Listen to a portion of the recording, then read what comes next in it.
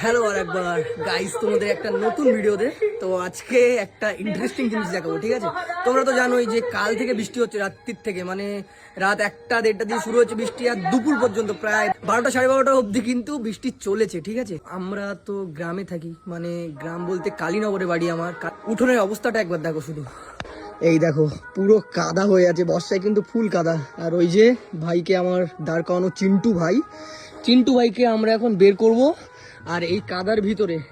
তো আমি ভাবছি যে মানে ওকে বের করতে গেলে কি হ্যাপাটা আমাকে পোহাতে হবে, আর ও এত ভারী, আর এখান দিয়ে বের করতে গেলে কাদায় প্যাচ প্যাচ হয়ে যাবে ব্যাপারটা।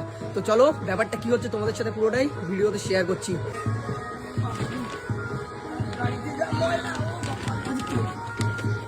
তোর উপর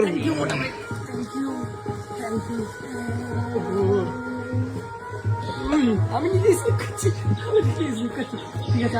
অবস্থাটা